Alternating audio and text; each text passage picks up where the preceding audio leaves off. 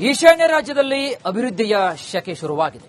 ಪ್ರಧಾನಿ ನರೇಂದ್ರ ಮೋದಿ ಅಸ್ಸಾಂನಲ್ಲಿ ಅತ್ಯಾಧುನಿಕವಾದಂತಹ airport terminal ಉದ್ಘಾಟನೆ ಮಾಡಿದ್ದಾರೆ. ಹಾಗಾದರೆ ಈ ಒಂದು ಅತ್ಯಾಧುನಿಕ ಟರ್ಮಿನಲ್ನ ವಿಶೇಷ ಆದರೂ ಏನು? ಅದರ ಕುರಿತಾಗಿ ವರದಿ ನಿಮ್ಮ ಮುಂದೆ.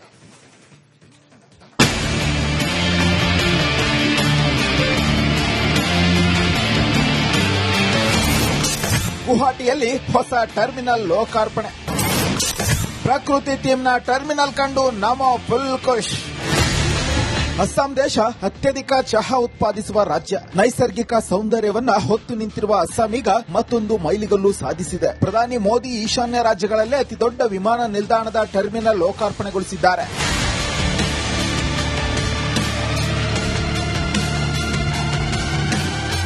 ಅಸ್ಸಾಂನ ಗುವಾಹಟಿಯಲ್ಲಿರುವ ಲೋಕಪ್ರಿಯ ಗೋಪಿನಾಥ್ ಬಾರ್ಡೋಲೋಯ್ ಅಂತಾರಾಷ್ಟ್ರೀಯ ವಿಮಾನ ನಿಲ್ದಾಣದ 2ನೇ ಟರ್ಮಿನಲ್ ಉದ್ಘಾಟನೆಗೊಂಡಿದೆ. ಬೆಂಗಳೂರಿನಂತೆ ಇಲ್ಲಿಯೂ ಕೂಡ ಬ್ಯಾಂಬೋ ಆರ್ಕಿಟೆಕ್ಚರ್ ಮೂಲಕ ಮೇಕ್ ಇನ್ ಇಂಡಿಯಾ ಹಾಗೂ ವೋಕಲ್ ಫಾರ್ ಲೋಕಲ್ ಸಂದೇಶ ಸಾರಲಾಗಿದೆ.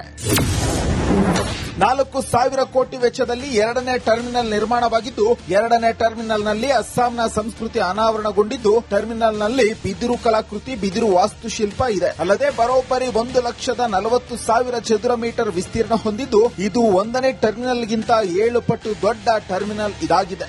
साथियों, आज भारत को देखने का दुनिया का नजरिया बदला है और भारत की भूमिका भी बदली है. भारत अब दुनिया की तीसरी सबसे बड़ी अर्थव्यवस्था बनने जा रहा है. 11 साल के भीतर ये कैसे हुआ?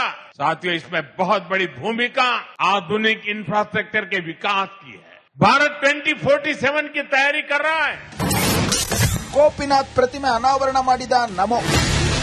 ಗುವಾಹಟಿಯ ಅಂತಾರಾಷ್ಟ್ರೀಯ ವಿಮಾನ ನಿಲ್ದಾಣಕ್ಕೆ ರಾಜ್ಯದ ಮೊದಲ ಮುಖ್ಯಮಂತ್ರಿಯ ಹೆಸರಿಡಲಾಗಿದೆ. ಅದರಿಂದ ವಿಮಾನ ನಿಲ್ದಾಣದ ಹೊರಗೆ ಲೋಕಪ್ರಿಯ ಗೋಪಿನಾಥ್ ಬಾರ್ಡೋಲೋಯ್ ಅವರ 80 ಅಡಿ ಎತ್ತರದ ಪ್ರತಿಮೆಯನ್ನ ಪ್ರಧಾನಿ ಮೋದಿ ಅನಾವರಣಗೊಳಿಸಿದರು.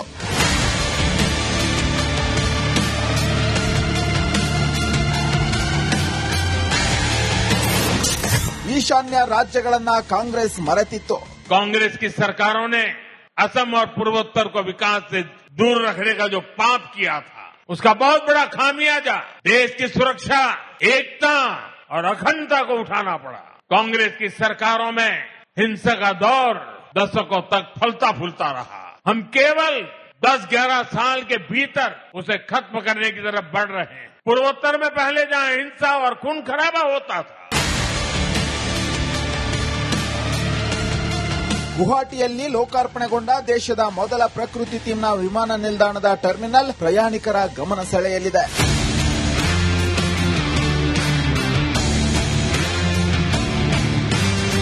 News desk, Republic Kannada. ಈಶಾನ್ಯ ರಾಜ್ಯದಲ್ಲಿ ಅಭಿವೃದ್ಧಿಯ ಶಕೆ ಶುರುವಾಗಿದೆ. ಪ್ರಧಾನಿ ನರೇಂದ್ರ ಮೋದಿ ಅಸ್ಸಾಂನಲ್ಲಿ ಅತ್ಯಾಧುನಿಕವಾದಂತಹ ಏರ್ಪೋರ್ಟ್ ಟರ್ಮಿನಲ್ ಉದ್ಘಾಟನೆ ಮಾಡಿದ್ದಾರೆ. ಹಾಗಾದರೆ ಈ ಒಂದು ಅತ್ಯಾಧುನಿಕ ಟರ್ಮಿನಲ್ನ ವಿಶೇಷ ಆದರೂ ಏನು? ಅದರ ಕುರಿತಾಗಿ ವರದಿ ನಿಮ್ಮ ಮುಂದೆ.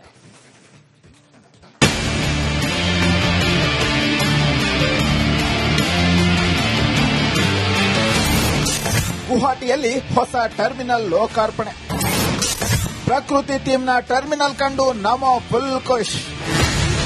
ಅಸ್ಸಾಂ ದೇಶ ಅತ್ಯಧಿಕ ಚಹಾ ಉತ್ಪಾದಿಸುವ ರಾಜ್ಯ. ನೈಸರ್ಗಿಕ ಸೌಂದರ್ಯವನ್ನ ಹೊತ್ತು ನಿಂತಿರುವ ಅಸ್ಸಾಂ ಈಗ ಮತ್ತೊಂದು ಮೈಲಿಗಲ್ಲು ಸಾಧಿಸಿದೆ. ಪ್ರಧಾನಿ ಮೋದಿ ಈಶಾನ್ಯ ರಾಜ್ಯಗಳಲ್ಲೇ ಅತಿದೊಡ್ಡ ವಿಮಾನ ನಿಲ್ದಾಣದ ಟರ್ಮಿನಲ್ ಲೋಕಾರ್ಪಣೆಗೊಳಿಸಿದ್ದಾರೆ.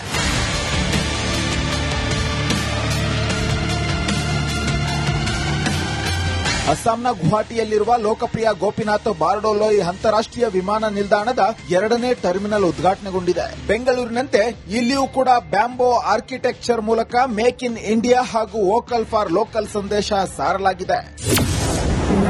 4,000 ಕೋಟಿ ವೆಚ್ಚದಲ್ಲಿ 2ನೇ ಟರ್ಮಿನಲ್ ನಿರ್ಮಾಣವಾಗಿದ್ದು, 2ನೇ ಟರ್ಮಿನಲ್ನಲ್ಲಿ ಅಸ್ಸಾಂನ ಸಂಸ್ಕೃತಿ ಅನಾವರಣಗೊಂಡಿದ್ದು, ಟರ್ಮಿನಲ್ನಲ್ಲಿ ಬಿದಿರು ಕಲಾಕೃತಿ, ಬಿದಿರು ವಾಸ್ತುಶಿಲ್ಪ ಇದೆ. ಅಲ್ಲದೆ ಬರೋಬ್ಬರಿ 1,40,000 ಚದುರ ಮೀಟರ್ ವಿಸ್ತೀರ್ಣ ಹೊಂದಿದ್ದು, ಇದು 1ನೇ ಟರ್ಮಿನಲ್ಗಿಂತ 7 ಪಟ್ಟು ದೊಡ್ಡ ಟರ್ಮಿನಲ್ ಇದಾಗಿದೆ.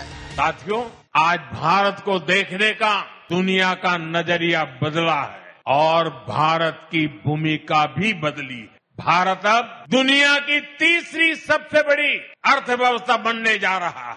11 साल के भीतर ये कैसे हुआ? साथियों, इसमें बहुत बड़ी भूमिका आधुनिक इंफ्रास्ट्रक्चर के विकास की है. भारत 2047 की तैयारी कर रहा है। ಗೋಪಿನಾಥ್ ಪ್ರತಿಮೆ ಅನಾವರಣ ಮಾಡಿದ ನಮೋ. ಗುವಾಹಟಿಯ ಅಂತಾರಾಷ್ಟ್ರೀಯ ವಿಮಾನ ನಿಲ್ದಾಣಕ್ಕೆ ರಾಜ್ಯದ ಮೊದಲ ಮುಖ್ಯಮಂತ್ರಿಯ ಹೆಸರಿಡಲಾಗಿದೆ. ಅದರಿಂದ ವಿಮಾನ ನಿಲ್ದಾಣದ ಹೊರಗೆ ಲೋಕಪ್ರಿಯ ಗೋಪಿನಾಥ್ ಬಾರ್ಡೋಲೈ ಅವರ 80 ಅಡಿ ಎತ್ತರದ ಪ್ರತಿಮೆಯನ್ನ ಪ್ರಧಾನಿ ಮೋದಿ ಅನಾವರಣಗೊಳಿಸಿದರು.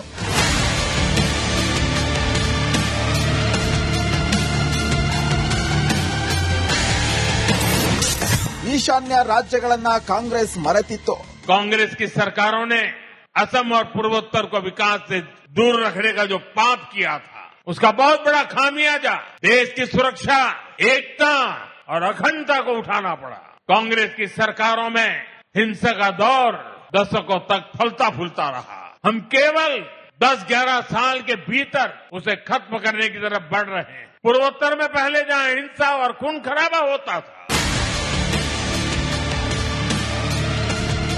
ಗುವಾಹಟಿಯಲ್ಲಿ ಲೋಕಾರ್ಪಣೆಗೊಂಡ ದೇಶದ ಮೊದಲ ಪ್ರಕೃತಿ ಥೀಮ್ನ ವಿಮಾನ ನಿಲ್ದಾಣದ ಟರ್ಮಿನಲ್ ಪ್ರಯಾಣಿಕರ ಗಮನ ಸೆಳೆಯಲಿದೆ.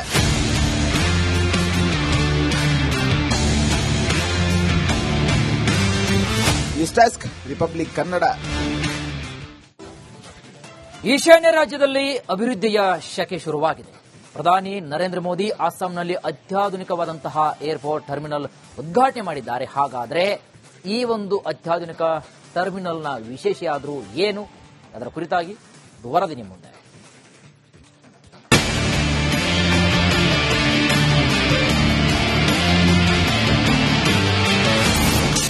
ಗುವಾಹಟಿಯಲ್ಲಿ ಹೊಸ ಟರ್ಮಿನಲ್ ಲೋಕಾರ್ಪಣೆ.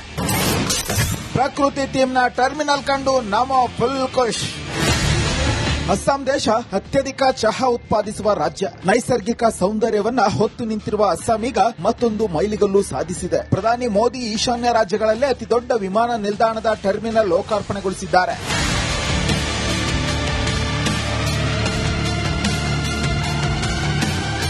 ಅಸ್ಸಾಂನ ಗುವಾಹಟಿಯಲ್ಲಿರುವ ಲೋಕಪ್ರಿಯ ಗೋಪಿನಾಥ್ ಬಾರ್ಡೋಲೋಯ್ ಅಂತಾರಾಷ್ಟ್ರೀಯ ವಿಮಾನ ನಿಲ್ದಾಣದ 2ನೇ ಟರ್ಮಿನಲ್ ಉದ್ಘಾಟನೆಗೊಂಡಿದೆ. ಬೆಂಗಳೂರಿನಂತೆ ಇಲ್ಲಿಯೂ ಕೂಡ ಬ್ಯಾಂಬೋ ಆರ್ಕಿಟೆಕ್ಚರ್ ಮೂಲಕ ಮೇಕ್ ಇನ್ ಇಂಡಿಯಾ ಹಾಗೂ ವೋಕಲ್ ಫಾರ್ ಲೋಕಲ್ ಸಂದೇಶ ಸಾರಲಾಗಿದೆ. 4,000 ಕೋಟಿ ವೆಚ್ಚದಲ್ಲಿ 2ನೇ ಟರ್ಮಿನಲ್ ನಿರ್ಮಾಣವಾಗಿದ್ದು, 2ನೇ ಟರ್ಮಿನಲ್ನಲ್ಲಿ ಅಸ್ಸಾಂನ ಸಂಸ್ಕೃತಿ ಅನಾವರಣಗೊಂಡಿದ್ದು, ಟರ್ಮಿನಲ್ನಲ್ಲಿ ಬಿದಿರು ಕಲಾಕೃತಿ, ಬಿದಿರು ವಾಸ್ತುಶಿಲ್ಪ ಇದೆ. ಅಲ್ಲದೆ ಬರೋಬ್ಬರಿ 1,40,000 ಚದುರ ಮೀಟರ್ ವಿಸ್ತೀರ್ಣ ಹೊಂದಿದ್ದು, ಇದು 1ನೇ ಟರ್ಮಿನಲ್ಗಿಂತ 7 ಪಟ್ಟು ದೊಡ್ಡ ಟರ್ಮಿನಲ್ ಇದಾಗಿದೆ. साथियों, आज भारत को देखने का दुनिया का नजरिया बदला है और भारत की भूमिका भी बदली है। भारत अब दुनिया की तीसरी सबसे बड़ी अर्थव्यवस्था बनने जा रहा है। 11 साल के भीतर ये कैसे हुआ? साथियों, इसमें बहुत बड़ी भूमिका आधुनिक इंफ्रास्ट्रक्चर के विकास की है। भारत 2047 की तैयारी कर रहा है। ಗೋಪಿನಾಥ್ ಪ್ರತಿಮೆ ಅನಾವರಣ ಮಾಡಿದ ನಮೋ. ಗುವಾಹಟಿಯ ಅಂತಾರಾಷ್ಟ್ರೀಯ ವಿಮಾನ ನಿಲ್ದಾಣಕ್ಕೆ ರಾಜ್ಯದ ಮೊದಲ ಮುಖ್ಯಮಂತ್ರಿಯ ಹೆಸರಿಡಲಾಗಿದೆ. ಅದರಿಂದ ವಿಮಾನ ನಿಲ್ದಾಣದ ಹೊರಗೆ ಲೋಕಪ್ರಿಯ ಗೋಪಿನಾಥ್ ಬಾರ್ಡೋಲೈ ಅವರ 80 ಅಡಿ ಎತ್ತರದ ಪ್ರತಿಮೆಯನ್ನ ಪ್ರಧಾನಿ ಮೋದಿ ಅನಾವರಣಗೊಳಿಸಿದರು.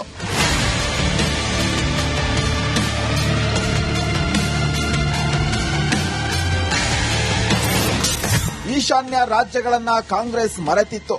कांग्रेस की सरकारों ने असम और पूर्वोत्तर को विकास से दूर रखने का जो पाप किया था, उसका बहुत बड़ा खामियाजा देश की सुरक्षा, एकता और अखंडता को उठाना पड़ा। कांग्रेस की सरकारों में हिंसा का दौर दशकों तक फलता फूलता रहा। हम केवल 10-11 साल के भीतर उसे खत्म करने की तरफ बढ़ रहे हैं। पूर्वोत्तर में पहले जहां हिंसा और खून खराबा होता था, ಗುವಾಹಟಿಯಲ್ಲಿ ಲೋಕಾರ್ಪಣೆಗೊಂಡ ದೇಶದ ಮೊದಲ ಪ್ರಕೃತಿ ಥೀಮ್ನ ವಿಮಾನ ನಿಲ್ದಾಣದ ಟರ್ಮಿನಲ್ ಪ್ರಯಾಣಿಕರ ಗಮನ ಸೆಳೆಯಲಿದೆ.